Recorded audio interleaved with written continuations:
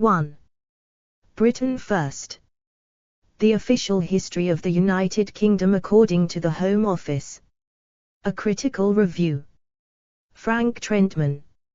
London, August 2021. Here is a question to test your historical knowledge. D-Day refers to what event in British history? Of course, you know, or, at least, you thought you did. The right answer to the question is British invasion of Europe. If you think this is a joke, have a look at the official app or booklet with practice questions to help people prepare for their citizenship and settlement exam in the United Kingdom. 2. As a recent new citizen who was born and raised in Germany, I am very grateful for the heroic sacrifice of many British men and women in the Second World War. But why does the Home Office want us to forget the many Americans and Canadians who died alongside them on the beaches in what was a joint Allied invasion? In the recent debate about the removal of statues of slave traders and imperialists, Prime Minister Boris Johnson tweeted, "We cannot now try to edit or censor our past. We cannot pretend to have a different history." The 12th of June. Unfortunately, his own government does precisely that in the Life in the UK Handbook, published by the Home Office. This book has been approved by ministers and has official status, and anyone who takes a citizenship or settlement test has to read and remember it. Since 2013, the chapter entitled A Long and Illustrious History has put out a distorted, misleading and in important aspects false account of the past. The handbook includes bits of information about the justice system, geography and so forth. It also contains some, perhaps, less relevant bits such as the 1973 thriller Don't Look Now. The history chapter, however, is not only riddled with factual errors but amounts to a distortion of the past that does violence to our basic understanding of history and raises fundamental questions for a liberal society. Last month I helped coordinate an open letter from historians calling on the Home Office to review this official and mandatory text because of its misrepresentation of slavery and decolonization. Many colleagues responded and chipped in with their expert knowledge. By the 22nd of July, 181 historians from bright young scholars to many of the most eminent historians writing today, and from diverse backgrounds had added their name, and the letter was reported in several daily newspapers with parts of it.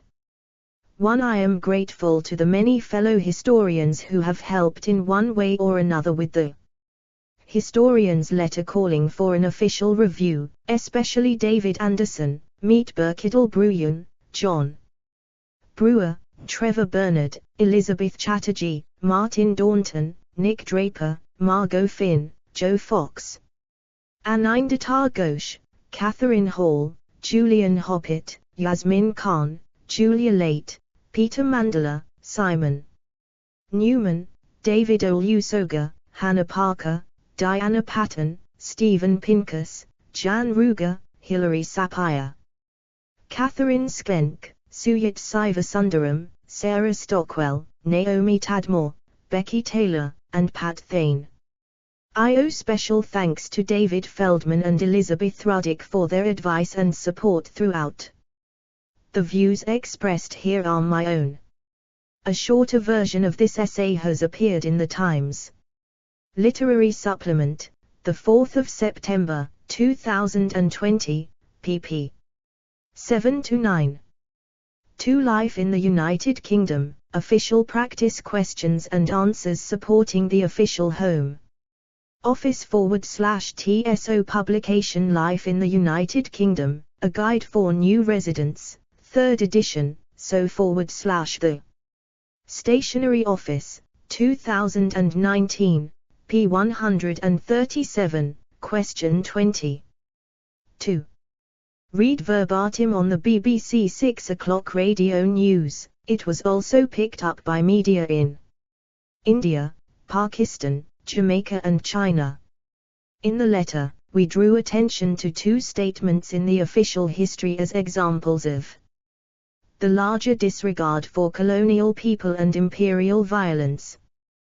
The first is the assertion that slavery was illegal, 342, in Britain by the 18th century. 3. In reality, Britons debated whether slavery was illegal or not, and enslaved people were openly advertised for sale in British newspapers, as can be seen on the academic website created by the team led by Professor Simon Newman at the University of Glasgow. www.runaways.gl.ac.uk/for_sale/. 4. The second concerned decolonisation. The British Empire was a conglomerate of different types of rule, and decolonisation consequently took a different course in different regions, sometimes peaceful, at other times not. For an official text to claim that there was, for the most part, an orderly transition from empire to commonwealth, with countries being granted their independence, 351, we thought, was simply wrong, in light of the chaos, deaths, and violence in the partition of India in 1947, the Mau Mau Rebellion in 1952–60 and various other so-called emergencies from Malaya, 1948–60, to Aden, 1963–7. 5. To give it authority, the original letter was circulated among experts in the history of Britain, the Empire and decolonization. Ultimately, of course, the falsification of history, especially when it happens in an official, mandatory text, should be a concern for all historians regardless of their particular area of expertise, and, I would hope, for citizens in general, too. Soon I received emails from other historians who also expressed strong feelings about the issue. The Historical Association, a professional body that is non-partisan, as is the group of signatories, provided the letter with a home on the web page and the online iteration of its journal history, with a short form that allows historians at any stage of their career to add their name to the list. At the time of writing, the 5th of August, 2020, there are now a total of 566 signatories supporting the call for a review of the official history. **********************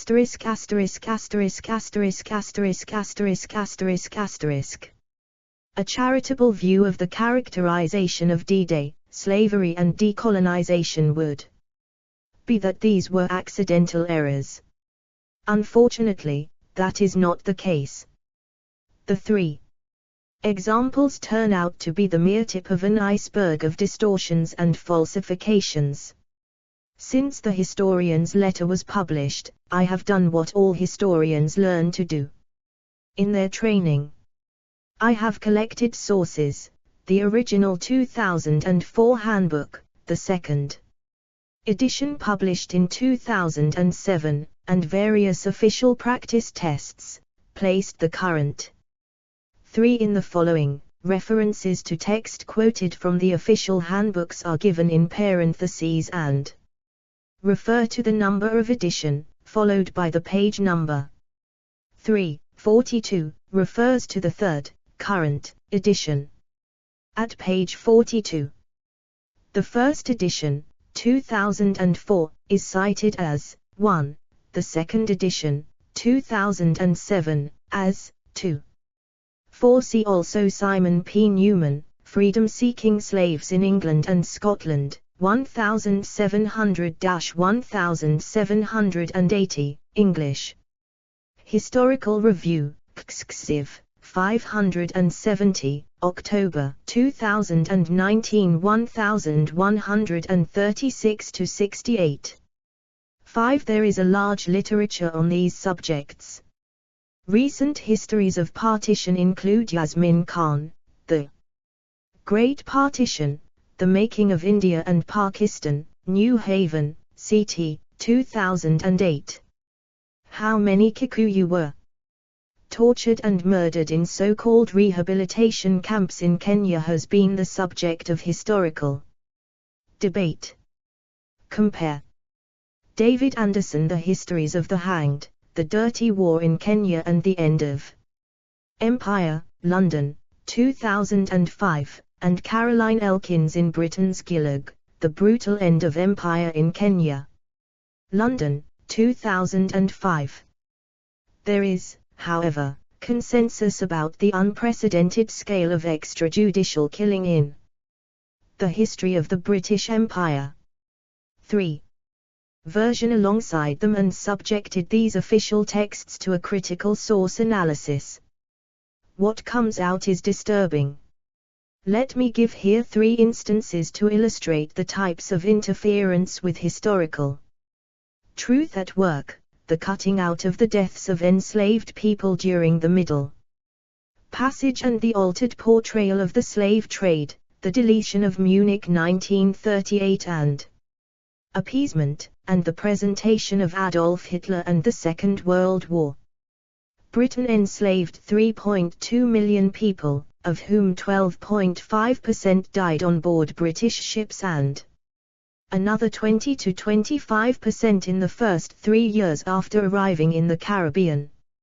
6. Both the 2004 and 2007 official histories acknowledged that many enslaved people died during the Middle Passage, although the original number given was a significant underestimate. In the current text, by contrast, the dead have been deleted altogether. Instead, slaves are now merely traveling on British ships in horrible conditions. 3:42. The slave trade is no longer evil. 2:19, but booming. 3:42. In 2007, the text acknowledged that Liverpool and Bristol gained great prosperity. 2:19, from the slave trade. Today, this sentence is gone. 2. Instead, we are told that slavery was an overseas industry. 3:42, as if British society was not affected by it, the only reference to British ports. 3:43, appears a page later in the context of the abolition of the slave trade in 1807. The free Africans and escaped slaves who previously made an appearance in 18th century Britain were left nameless, but, at least, the handbook acknowledged their existence, mentioned that they often worked as craftsmen and that some of them wrote books about their experiences. 2:19, now they are equally shown the door and disappear from the stage of history altogether. 7. All this cutting out flies in the face of what historians have documented for some time about the entanglement of the slave trade with British society. See, for example, the work of the Centre for the Study of the Legacies of British Slave Ownership at UCL, www.ucl.ac.uk/lbs/. The second example concerns the origins of the Second World War. Readers of these pages will be familiar with appeasement, the Munich Crisis 1938, and Neville Chamberlain's doomed strategy to contain Adolf Hitler's aggressive designs. Winston Churchill was among the few vocal and persistent critics. Whatever historians have argued about, everyone is agreed that appeasement did happen and is an essential part of the story. Appeasement did feature in the old handbooks, which mentioned that prime ministers failed to understand the serious threat posed by Hitler. By contrast, the present version cuts all this out and replaces it with Hitler, set about renegotiating treaties, building up arms, and testing Germany's military strength in 6 https://slavevoyages.org/. See further Herbert S. Klein et al., Transoceanic Mortality, The Slave Trade in Comparative Perspective, in William and Mary Quarterly, late/1, January, 2001 93-118, and also now Nicholas Radburn, M., managed at first as if they were beasts, the seasoning of enslaved Africans in late 18th century Jamaica, in the special issue edited by Trevor Bernard and Natalie Zasik, Journal of Global Slavery, forthcoming 7. The first edition, 2004, also mentioned the Somerset Stewart case and quoted 4 sentences from Lord Justice Mansfield's verdict of 1772. It should be noted that Mansfield deliberately abstained from making a general judgment about the illegality of slavery as such, and, instead, focused more narrowly on prohibiting the removal of an enslaved person from England against his will. 4. Competing rulings and interpretations. See William Weisek Somerset, Lord Mansfield and the Legitimacy of Slavery in the Anglo-American World, The University of Chicago Law Review, Volume 42. Number 1, Autumn, 1974, pp. 86-146, as Weisek noted, no other English decision on slavery has been so often quoted and almost as often misunderstood, p. 87. 4. Nearby countries. The British government tried to avoid another war, 355, and then jumps straight to Hitler's invasion of Poland. This makes a mess of the origins of the Second World War. Hitler, in fact, was not renegotiating treaties but tearing up the Versailles Treaty and the Locarno Pact when he marched into the Rhineland in March 1936. He had previously withdrawn from the League of Nations and the Disarmament Conference in October 1933. The Rome-Berlin Axis with Mussolini in October 1936 was a new agreement, as was the Anti-Comintern Pact with Japan. The handbook's choice of words for Hitler's intentions. Testing Germany's military strength in nearby countries may be troubling for Czech ears. With appeasement gone, readers now only learn 2 paragraphs after the invasion of Poland that Czechoslovakia had been invaded, 2, at some unspecified date, and that Austria had been occupied, 3, 56, annexed, to use the term normally used. Since appeasement is no longer mentioned, it also means Churchill can no longer take any credit for opposing it. After being introduced as a Conservative MP in 1900, we move straight to May 1940 when he became Prime Minister. Regardless what you think should happen to statues of Rhodes and other jingoists, this should raise eyebrows among conservatives as well as liberals and radicals. A final example from a list that gets longer the longer one looks at the official texts concerns the Nazis. Earlier editions informed migrants of Adolf Hitler's racist ideology. 22. The reference to racism is cut, too. Instead, we are now told that Hitler believed that the conditions imposed on Germany by the Allies after the First World War were unfair. He also wanted to conquer more land for the German people. 355, that's it. No antisemitism, no murder of the Jews, the Roma and Sinti, or the disabled. The Soviet Union is allowed a short walk-on part in a fierce conflict, with huge losses on both sides, but you would be hard-pressed to know from this characterization of the war that the Germans also murdered millions of civilians and prisoners of war in the East. Of course, Hitler, like most Germans, thought Versailles was unjust, and he also wanted to conquer Lebensraum for the German people. But this required forcibly deporting and murdering other peoples to make room. The two elements of Hitler's beliefs that have been added, while in themselves correct, acquire a different meaning when racist ideology is eliminated and antisemitism is not mentioned. This passage would be a deeply troubling statement coming from anyone. But in an official history that is required reading for new citizens with the approval of the British state, it is unacceptable.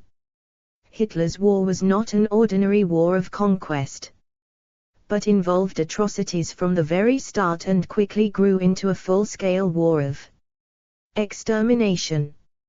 For the last 2 generations, historians of Germany have worked hard to dispel the myth of an artificial separation between a clean army and the SS and show how, from the invasion of Poland, military operations and mass murder were intertwined. 8. The literature is too vast to list here and includes, for example, Christian Gelak, Krieg, and Arang.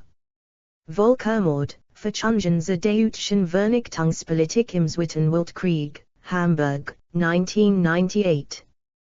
Christian Hartmann, Johannes Herter and Ulrich Juriet, eds, Verbrechen in der Wehrmacht, Bilanz einer Debatte, Munich, 2005, Dieter Pohl, Die Herrschaft der Wehrmacht, Deutsche Militärbesatzung und Einheimische Bevölkerung in der Sowjetunion 1941-1944, Munich, 2008. Jochen Boller has shown how atrocities were part of the German war from the start. By the end of October, 8 weeks after the attack on Poland, 16,000 civilians and prisoners of war had been murdered, and by the end of 1939. 5. Here, in an official history, we are moving backwards into a fog of historical obfuscation. Since David Cameron in 2016, Prime Ministers have supported a memorial to the victims of the Holocaust. Yet, neither in the official history chapter, nor anywhere in this 180-page long book approved by ministers, does the word Holocaust appear once. Of course, it was the Germans who were responsible for the Holocaust, not the British.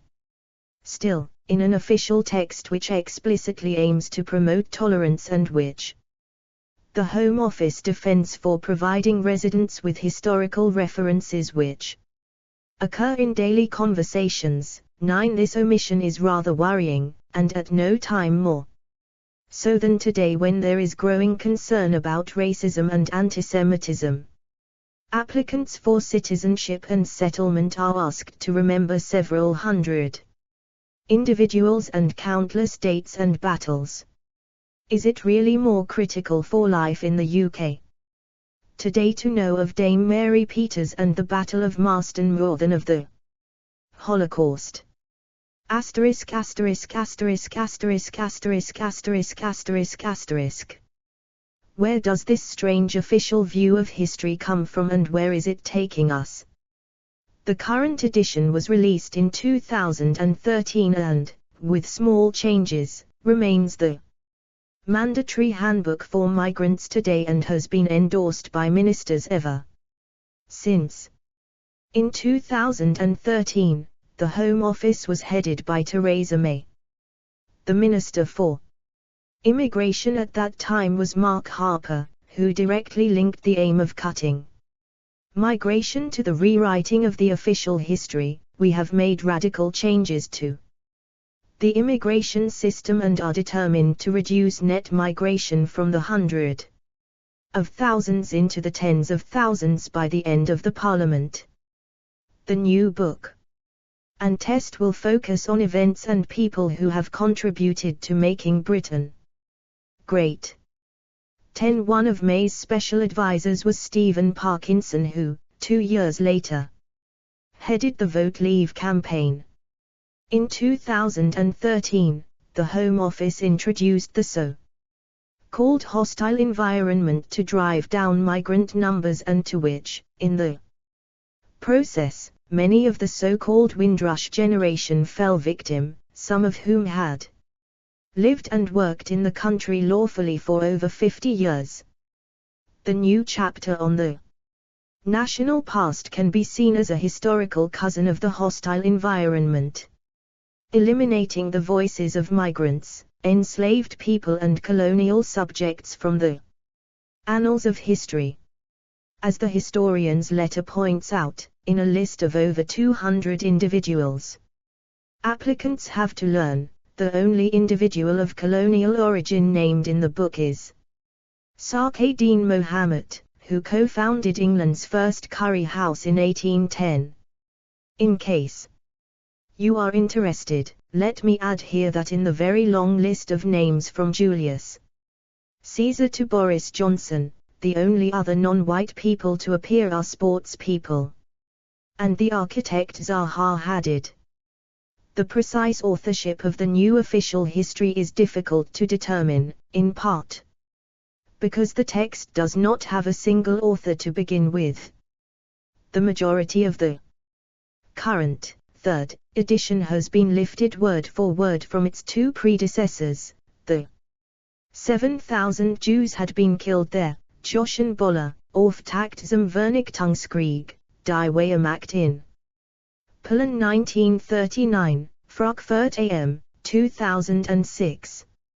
A recent magisterial history, in English and with further references, is Ulrich Herbert, A History of 20th Century Germany, Oxford 2019, 1st J. eden 2014.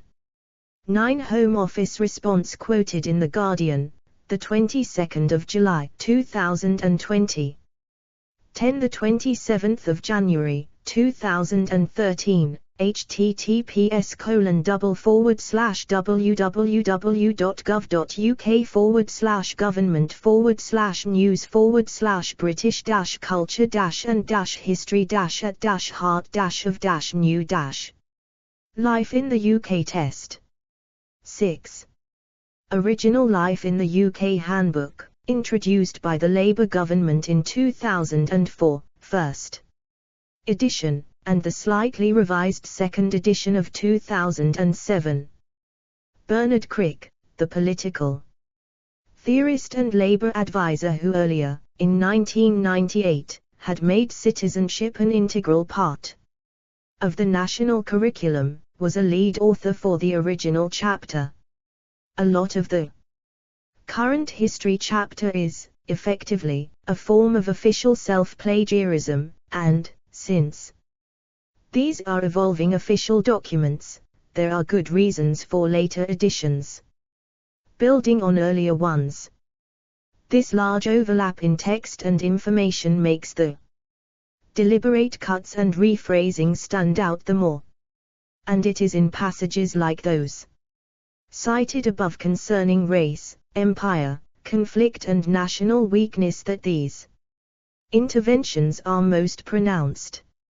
Arthur Chapman has coded the texts of the 3 editions of the handbook and subjected them to a comparative analysis of grammar and transitivity that records the numerical preponderance of certain narrative strategies.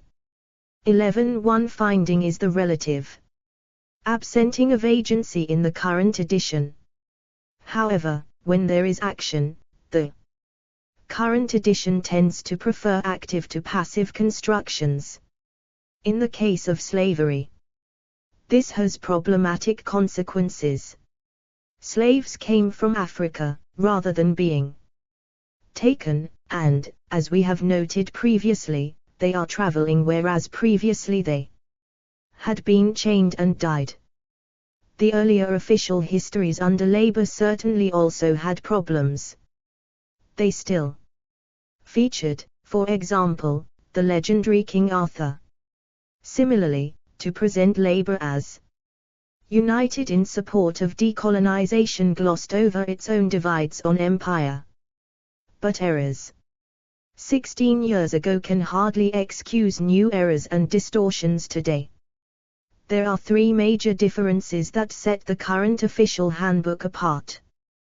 The first, and in my mind a critical one, is that the history pages in the 2004 and 2007 editions were purely for background information. History was not tested. Since 2013, the history chapter has been required reading because it is now tested.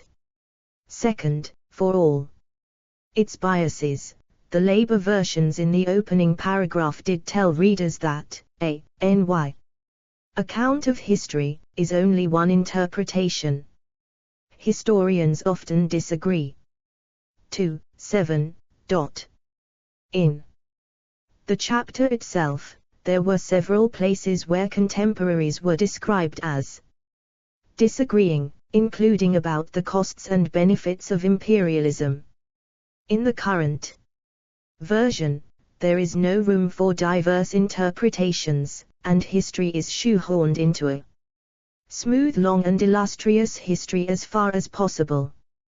We are told, for example, that unspecified others thought that the empire had become over-expanded, but then are confidently assured that the great majority of British people believed in the empire as a force for good in the world. 3:51. Finally, we need to consider what each of these texts got wrong.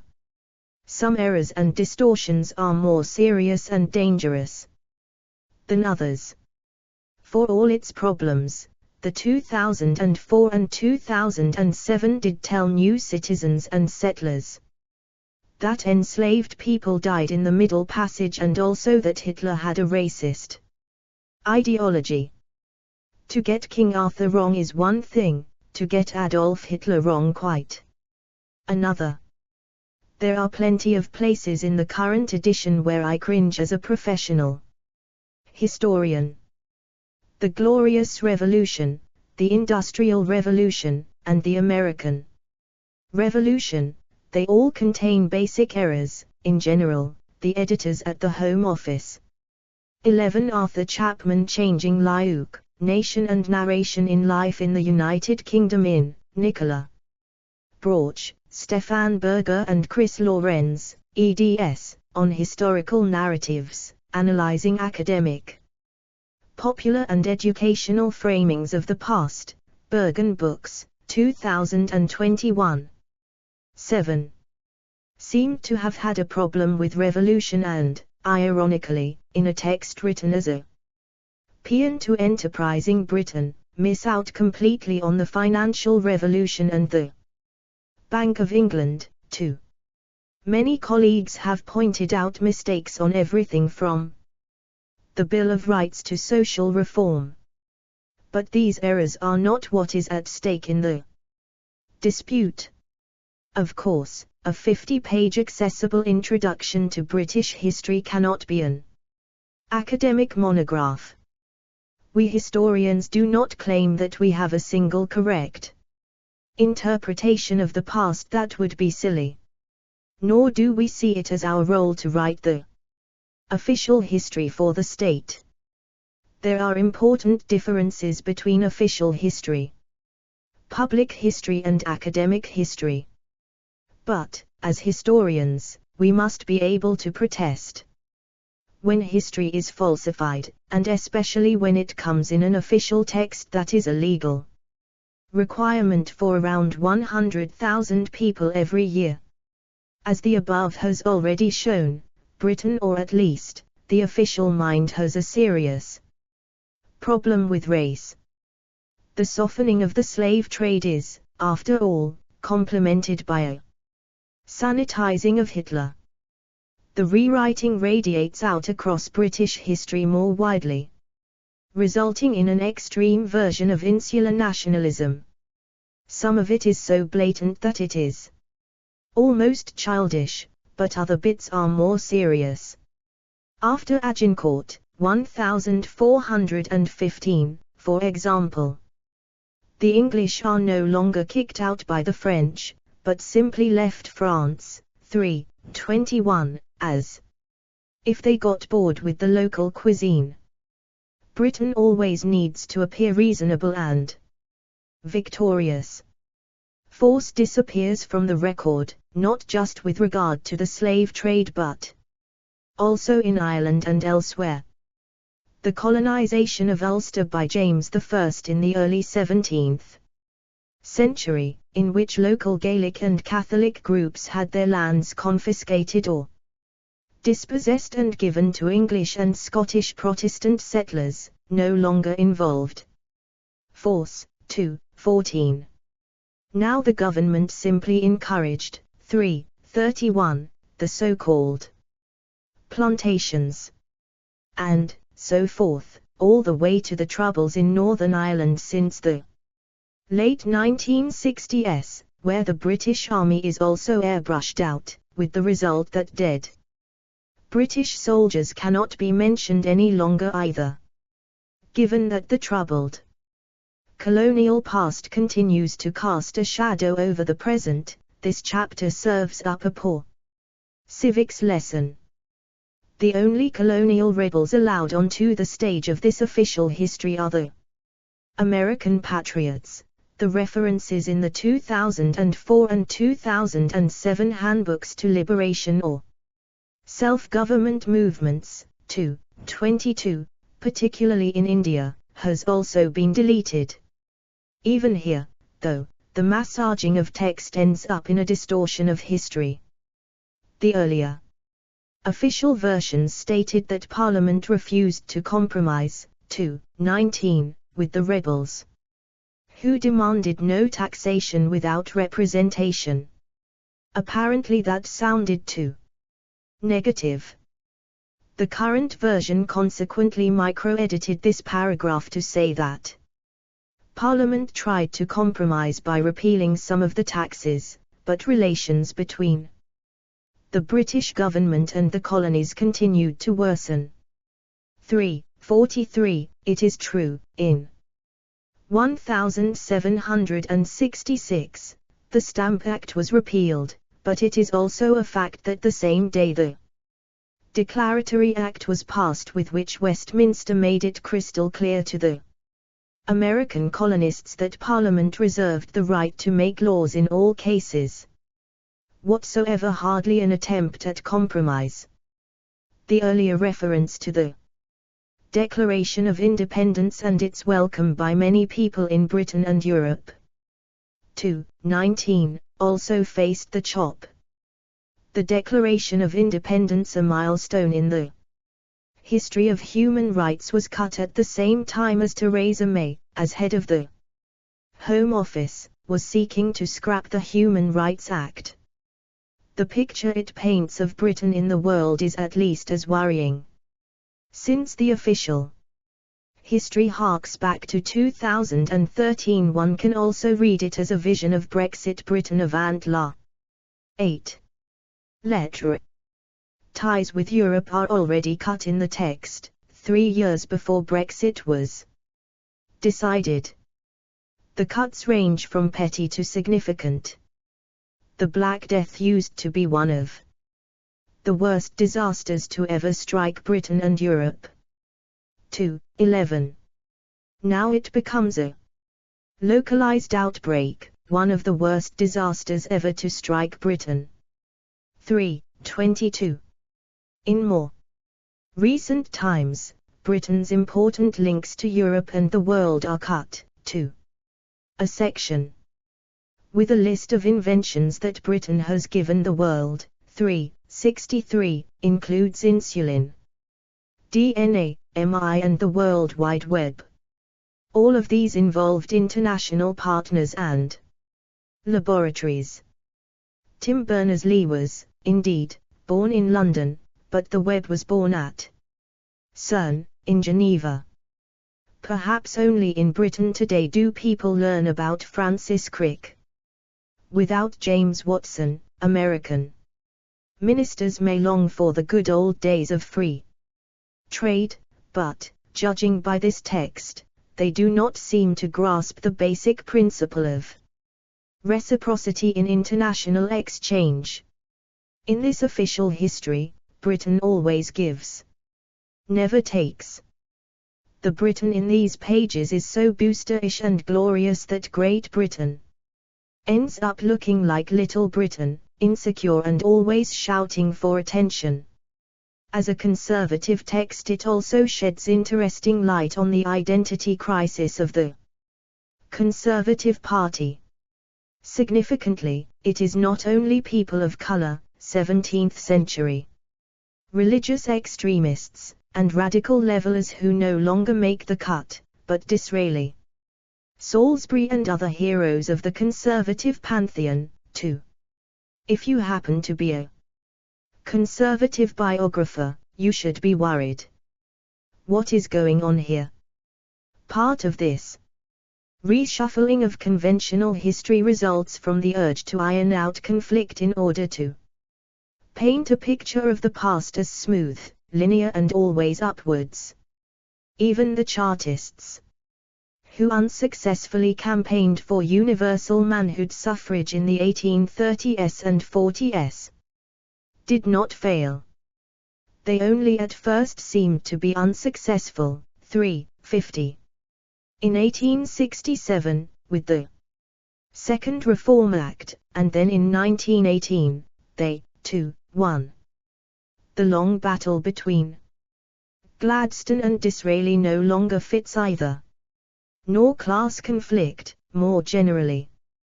David Cameron, who picked Disraeli as his hero, championed a one-nation conservatism. And, in 2015, Theresa May picked up the baton, though she then dropped it.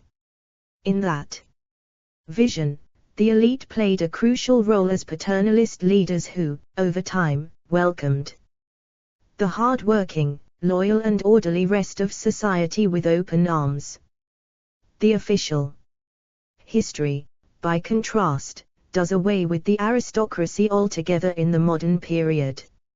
Victorian politics used to be introduced with a note that the aristocracy still dominated Parliament, 20, but that its power was challenged by 1832, the First Reform Act, and the middle class. Now, we just get an ever-rising, ever-expanding middle class. Asterisk asterisk asterisk asterisk asterisk asterisk asterisk asterisk. Official history has different masters and different audiences from academic history. That does not mean, though, they cannot talk to each other. In what I would describe as a lively exchange organized by The Spectator in August 2020, the Whitehall lingo probably would be robust. I discussed the official history chapter with Stephen Parkinson.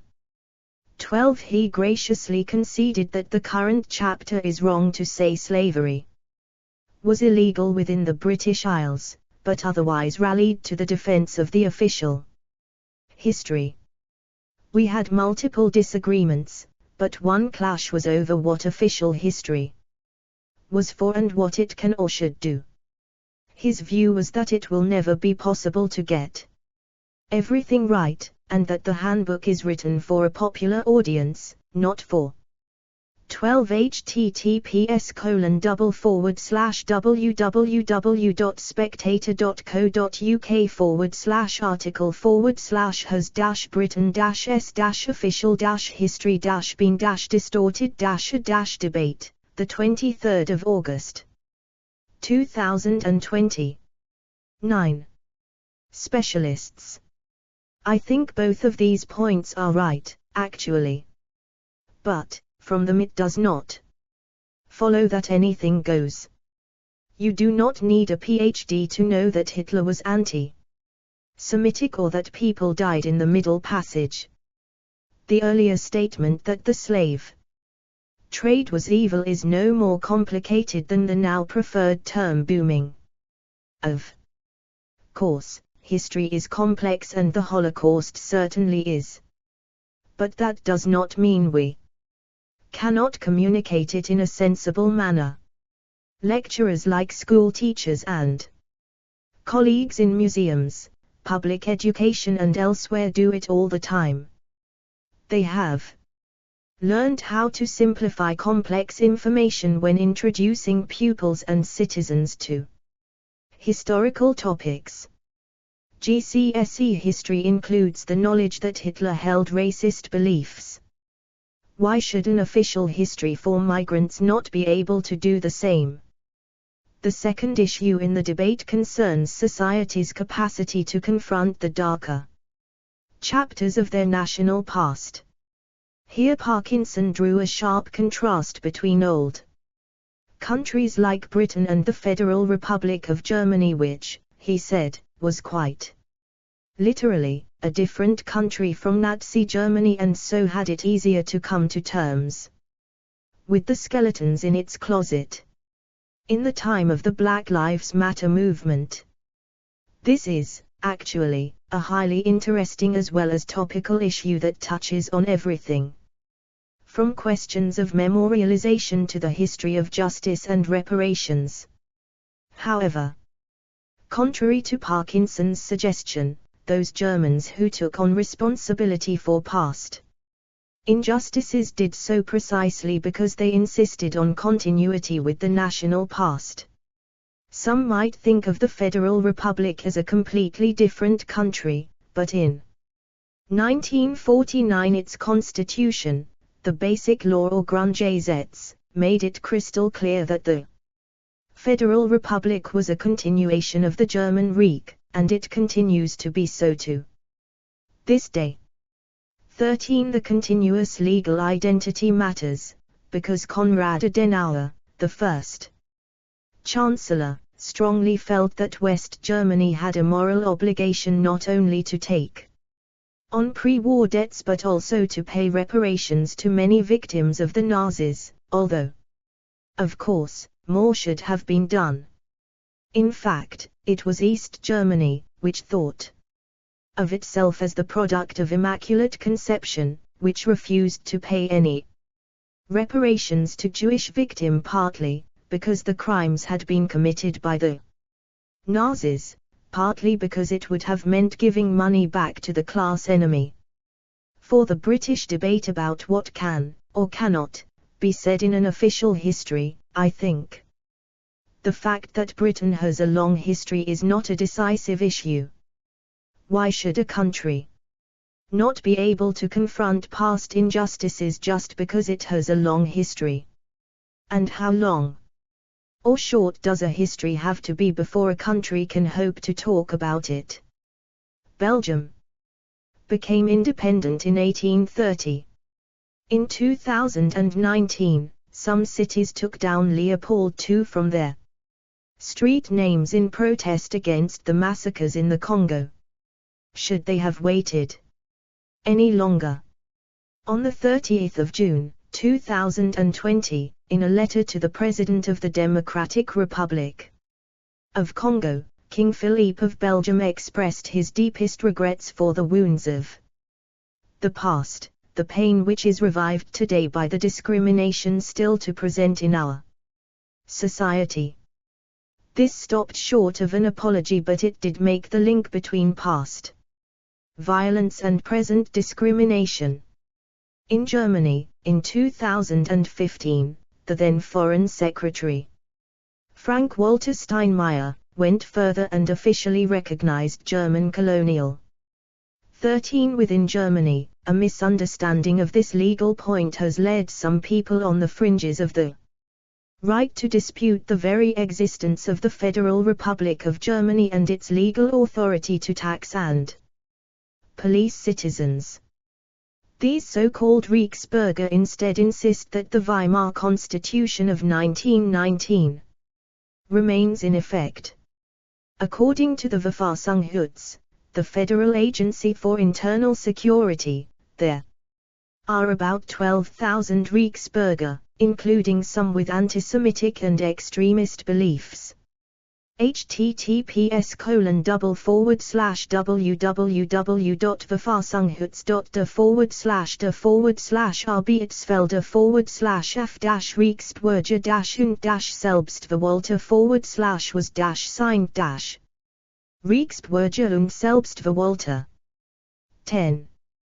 Troops massacres of the Herero in Namibia before the First World War as a war crime and genocide. On their own, public pronouncements such as these may not be enough, and there are important differences between the moral, legal, political and financial approaches to past injustice. But they are at least a step in the right direction. Of course, not all societies travel in that same direction. History, and especially moral history, is not linear and progressive. Japan has pursued a different course of historical memory and politics than Germany. Last month, at the 75th anniversary of Japan's surrender, a handful of cabinet members visited the Yasukuni Shrine in Tokyo to pay their respects to Japan's war dead as well as convicted war criminals. Prime Minister Shinzo Abe has not visited the shrine since 2013 but sent offerings, and his speech to marking the day referred only to the suffering of Japanese soldiers and civilians, not to their victims. Some theorists have argued that the path towards greater justice is via responsibility, leaving guilt to the side. For Iris Marion Young, guilt is backward-looking while responsibility is forward-looking and avoids an endless, bitter blame game.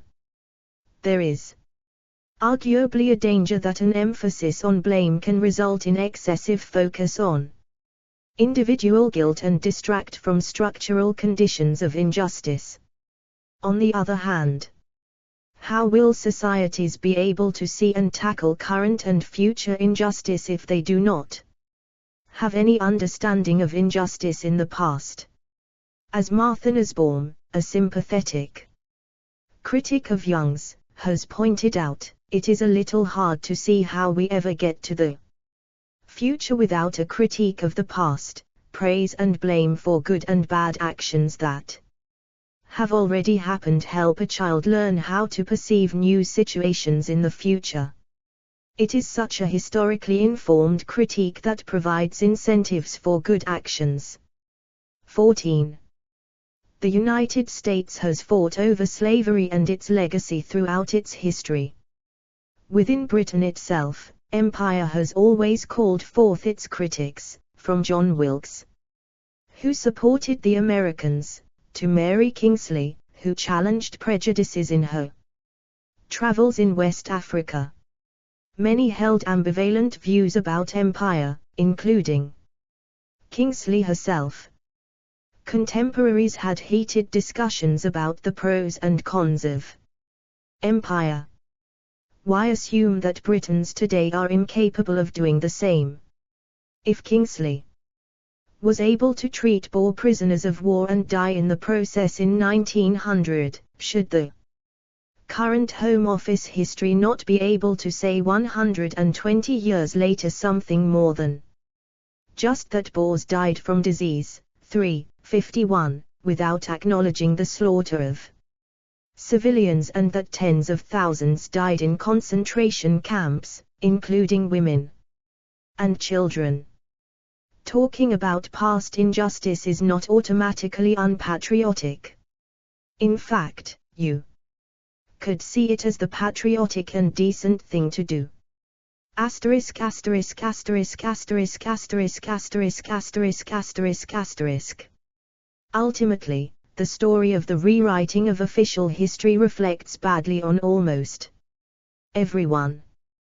The text has been in the public domain since 2013 and is, as the Home Office assures everyone, regularly updated. There has been public debate about the sheer number of facts, names and events migrants are expected to read and remember. The odd quote or fact has been corrected. Yet, in none of these discussions has the broader misrepresentation of empire and race attracted any serious attention. Do. 14 Iris Marion Young, Responsibility for Justice, Oxford 2011, Nussbaum's Foreword, quoted at Peake's Ye. 11. Ministers and civil servants not read the text, they expect over 100,000 applicants for citizenship and settlement to study every year. The historical profession, and I include myself in this criticism, does not come out well either. It is, of course, better to protest late than never. But why have we historians collectively not spoken out sooner against this misleading and, in parts, offensive caricature of history? In History Today last year, Joanne Paul, an early modernist, gave an insightful account of her own depressing experience with the test. 15. Even that, however, was more than 6 years after it had been imposed on migrants, and, as far as I am aware, prompted no response from the Home Office. That there is a lot of fake history out there is, I think, no excuse. The history chapter is, after all, an officially endorsed text. Many colleagues have spoken out in the debate about the national curriculum, and that is good, and some did voice their concern. When the original citizenship book was introduced in 2004, at that time, though, the history pages were not mandatory and not tested. I am aware that nations and governments have for a long time been involved in the invention of tradition, as my late colleague Eric Hobsbawm and Terence Ranger called it. The citizenship test and the current history, however, are in one vital way different from a memorial or a national pageant which you can decide whether to join. It is also unlike school text, which can be discussed in class and where students and teachers can weigh evidence and argue with each other. This official history has since 2013 been a legal requirement. It has to be read and remembered, whether an aspiring citizen or permanent resident likes it or not, without any space for debate or disagreement. In the past couple of weeks, so many colleagues have written to me about their personal experiences and frustrations with this official history book and the accompanying test, the many errors and distortions, and, above all, a feeling that this official history does not reflect how we teach history these days. As one friend wrote, his husband decided he did not even need to study the history chapter. He quickly knew that all he had to do was tick the answer that would make England look good. The test is meant to promote integration by imparting a basic understanding of British history. Instead, it provokes anger and contempt. In my own case, I took the citizenship test 2.5 years ago. At the time, a quick glance at the history chapter convinced me that I would not bother myself with those pages after all. British, European and world history has been my bread and butter for over 30 years, and instead use my time to learn how old the Giant's Causeway is and who John Petts was. From his description in the book, he appeared an obscure Welsh engraver, and I was annoyed at having to learn yet another trivial name. But even here, I found out later, patriotism is whitewashed, and the handbook fails to mention the remarkable achievement for which he should be officially remembered. In 1963, Petts raised funds from thousands of Welsh people to create a stained glass window featuring a black Jesus for the 16th Street Baptist Church in Birmingham, Alabama, in memory of the 4 African American girls murdered there by the KKK. Unfortunately, that sort of thing you learn on Wikipedia, not in the official history. 15 the 10th of October, 2019, https://www.historytoday.com/archive/making-history/testing-times. 12. Fortunately, I passed my test, though I briefly contemplated becoming famous as the historian who failed the Liuke test.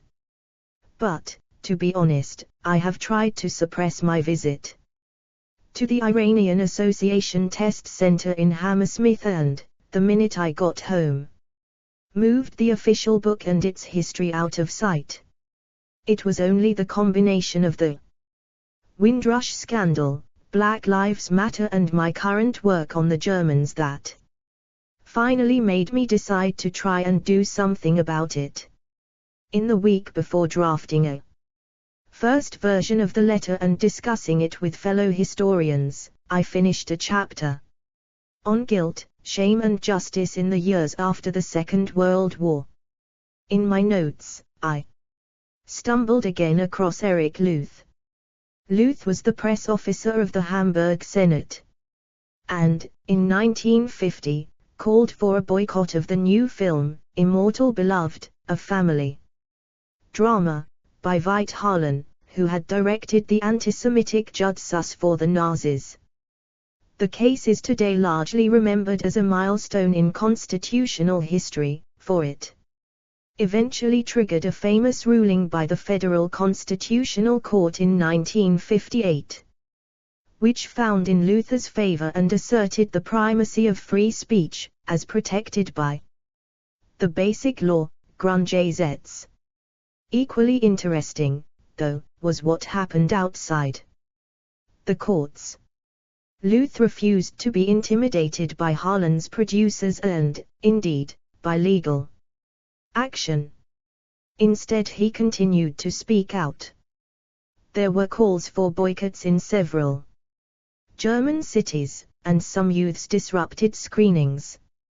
Luth showed what the Germans call Zivilcourage. Luther's case against Harlan that, while the courts had not found him guilty, he had still forfeited the moral right to be part of a revival of German film, is, of course, very different from the issues raised by the Home Office's official history in the UK today, and none of the signatories to the historian's letter have been threatened by legal action. Still, as a historian, I felt we should be prepared to stand up for historical truth and show the courage of our convictions. The vast majority of British historians have, of course, been born British and thus never had to read this history, let alone take the test. Some have heard about it second hand, others I talked to did not even know it existed. I am glad that so many, on reading the official pages, have added their voice of protest. In truth, the official history has been siloed as an issue for migrants. This, in itself, is sad because, of course, the majority of applicants do become citizens or acquire the right to settle and, in most cases, have already been living in Britain for many years. I am not aware of reliable, continuous public data for the years since 2013, but the figures that are available suggest that at least a third of all applicants fail the test, often with grave consequences for themselves and their families. 16. So, where will all this lead? As everyone knows, the Home Office has had serious problems with its record keeping, and one should not be naive and think they will be able to handle the official record of the past any better. But, as of today, over 500 historians have signed the call for a review, and our letter has been circulated to members of the Parliamentary Home Affairs Select Committee. We do not claim that. 16. There is no consecutive official data for pass rates for the LIUC test for 2013 to 2020, as far as I am aware of. The data that is available, however, suggests a rise in failures and resits after the introduction of the current, 2013, edition. Numbers of tests taken and pass rates from April 2010 through March 2014 can be found on page 12 of the Home Office transparency data published in June 2014, at https://government/uploads/system/file/data/file/3788 04/performance_data_2013_14_Q4_V09.pdf. The pass rate has continued to fall 70% in the 2013 to 14 year, 61% in 2014 to 15, and 60.33% in the first 3 quarters of 2015 to 16. https://www.whatthefakeno.com/request/life_in_the_test_statistics_2. In 2015/16, 31,433 people resat the test at least once, of whom 17,343, 55%, failed. In 2016/17, 22,909 resat the test, and 12,477, 54.46%, failed. 13. We have one correct version of history to fix it. But we share the view that there is a serious problem that calls for a review. Some of us feel the whole life in the UK test should be abolished altogether. My personal view is that there is no harm in new citizens learning about key historical topics, as long as they are responsibly handled. Whether this should be in the form of background information, as it was until 2013, or as part of a required test is another matter. In its citizenship interview, the United States, for example, asks applicants to give one of 6 reasons colonists decided to leave Europe for the New World. That's all right, I think. Germany expects new citizens to know that racism was the central feature of the Nazi regime. Whoever at the Home Office was responsible for the paragraph on Hitler should be encouraged to go on the official German webpage, www.et.bamf.de/pls/atut/f, and look up the materials there and try out the practice test. In Denmark, which has an official history text that matches the British one in scope, though, fortunately, not in anything else. The main criticism, Danish colleagues tell me, has been that new citizens are expected to know about the Olsenbanden, a TV show that was popular in the 1950s and 60s. I am not saying the official handbook does not contain useful information, for example in the pages on the different courts and legal systems in the various parts of the United Kingdom, or the links to websites for making complaints against the police, or seeking protection against domestic violence. The current history chapter, however, is shot through with so much misrepresentation that it cannot be allowed to stand. As the above should have made abundantly clear, I hope, this is not about a few Historians quibbling about a date here or there or nuances in interpretation. It is not about dotting a few I's and crossing a few T's. I would like to take the Prime Minister at his word when he said that we must not edit or censor our past. We can have a debate about which statues should stay up or come down, and, perhaps, also which new statues should be commissioned for people who had been written out of the national history. But when it comes to the distortion of history in a key official text, there can, I believe, only be agreement that such a text needs to be withdrawn pending review. Frank Trentmann is Professor of History at Birkbeck, University of London. His books include Free Trade Nation and Empire of Things. He is now working on a moral history of the Germans. He became a dual British-German citizen in 2018. The original letter and list of signatories can be viewed at this webpage. https://historyjournal.org.uk/202007//21/07/for/07/review-of-home-office-. Citizenship and Settlement Test/. It is not too late to join.